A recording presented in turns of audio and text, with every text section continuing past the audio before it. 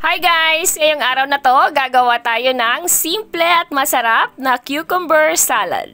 So unang-una, i-prepare lang natin tong cucumber, ang ating pipino.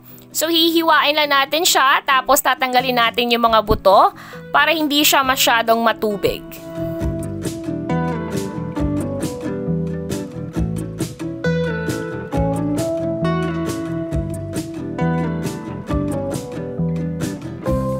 And then, hihiwain natin sila into cubes.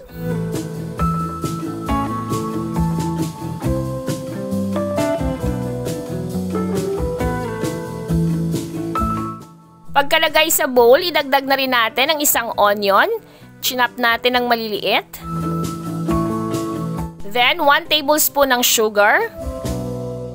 1 tablespoon ng chili flakes. Tapos mga 3 piraso ng fresh chilies.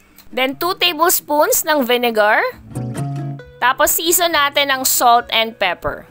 Ayan, so imimix lang natin ng maigi. Tapos optional, maglalagay ako ng sesame oil pang dagdag lasa.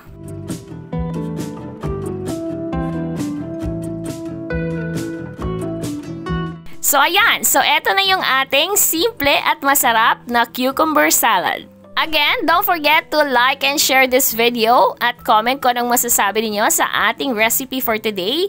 And don't forget to like and follow our page. And for more cooking videos, you can also subscribe to our YouTube channel. At sa mga written recipes natin, pwede rin kayong pumunta sa aming website sa www.delishph.com. Maraming salamat sa pagsama sa akin today and see you on the next video. Bye guys!